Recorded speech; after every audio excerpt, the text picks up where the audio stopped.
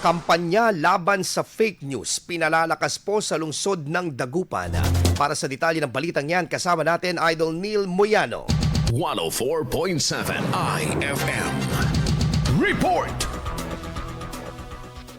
Pinagtibay ng Sangguniang Panglungsod ang Resolution number 8320-2025 na naglalayong itaguyod ang totoo at responsableng pagbabahagi ng impormasyon sa lungsod.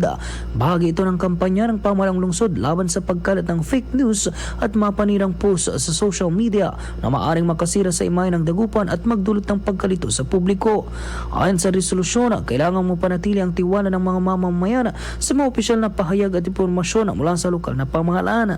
Hinikayatin ang lahat ng Dagupan na maging mapanuri at huwag basta-basta magpakalat ng impormasyong hindi beripikado.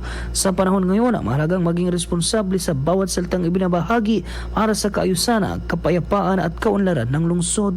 Kasama mo mula rito sa FM News Dagupan, ito si Idol Neil Moyano, Tatak IFM.